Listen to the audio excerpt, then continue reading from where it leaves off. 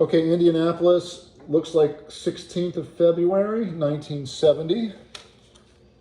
Monday morning, February 16th, because it says, Dear Mother and Daddy, the Valentines you sent were received with much joy and excitement. The boys were enchanted. JF adores the story and Benji the dimes. Thanks so much. You'll pardon us for not sending you cards this year. Looked several times, then kind of gave up on it. Furious that ordinary cards are now 35 cents. Haven't received a letter from you yet, so don't know if you've heard from Becky. Did I tell you we've already heard of 2 Christmas cards that never arrived in California? We've received several pieces of mail here that weren't even addressed to us, so must assume it's happening to our mail, perhaps the scarf. Benji has been pulling a 6 a.m. awakening bit all week and doesn't seem particularly hungry, just wants to get up to play. His speech is really coming along as though in one day he's decided to talk. Seems to know our names and calls JJ. Quite good about following directions. Shut the door, get down, put that away, go get blank, can bring anyone's shoes or boots by name. Quite a character. Jack thinks he's going to be much more difficult to manage than JF was, gets furious when thwarted, shrieks in anger and frustration, bounces and jumps in that crib, and we're waiting for it to collapse any day. Jay Foster seems to be eating much more, even asks for seconds and wants to be big and wants his muscles to be felt continuously during dinner. A Charles Atlas type gesture. Then Benji wants his muscles felt too. JF is still hung up on flamingos and herons.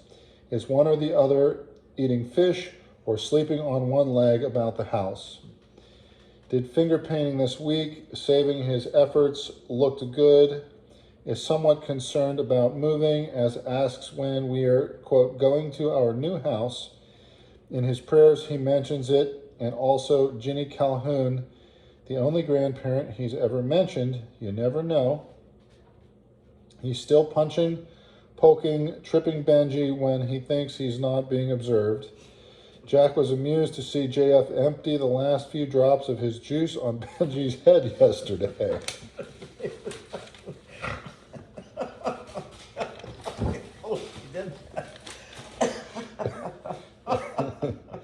Though he does seem quite fond of him in many ways.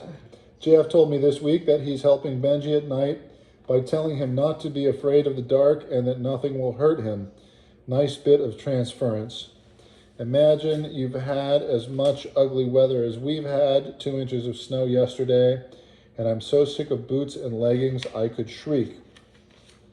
Did get the lady about the schoolmaster's desk last week, no back or drawer, slant top, square nails. Would love to see it, but afraid I need something with more storage space. They thought about it about 75 years old. Do you think that we should try to see it?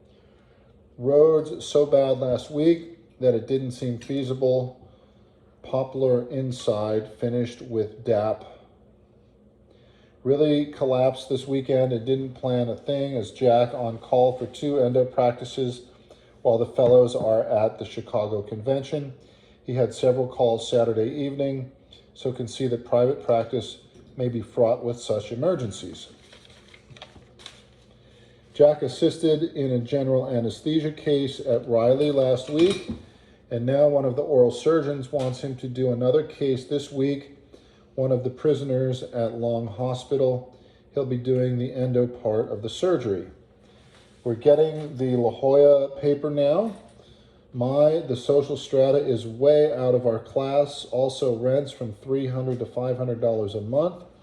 Home prices from $50,000 to $250,000. Isn't that fantastic? Took the boys downtown for dinner Saturday evening early to that old Italian restaurant. It was packed. Benji got hysterical as it took over an hour to be served. Afraid we won't get Jack to do that again for a long time. Kids literally inhaled the spaghetti once it arrived. Well, it's 6:15 a.m. and Benji is yelping and jumping. Guess I'd best retrieve him. Hope that everything's okay. Take care. Love, Jack, Tony, Jay Foster, and Benji.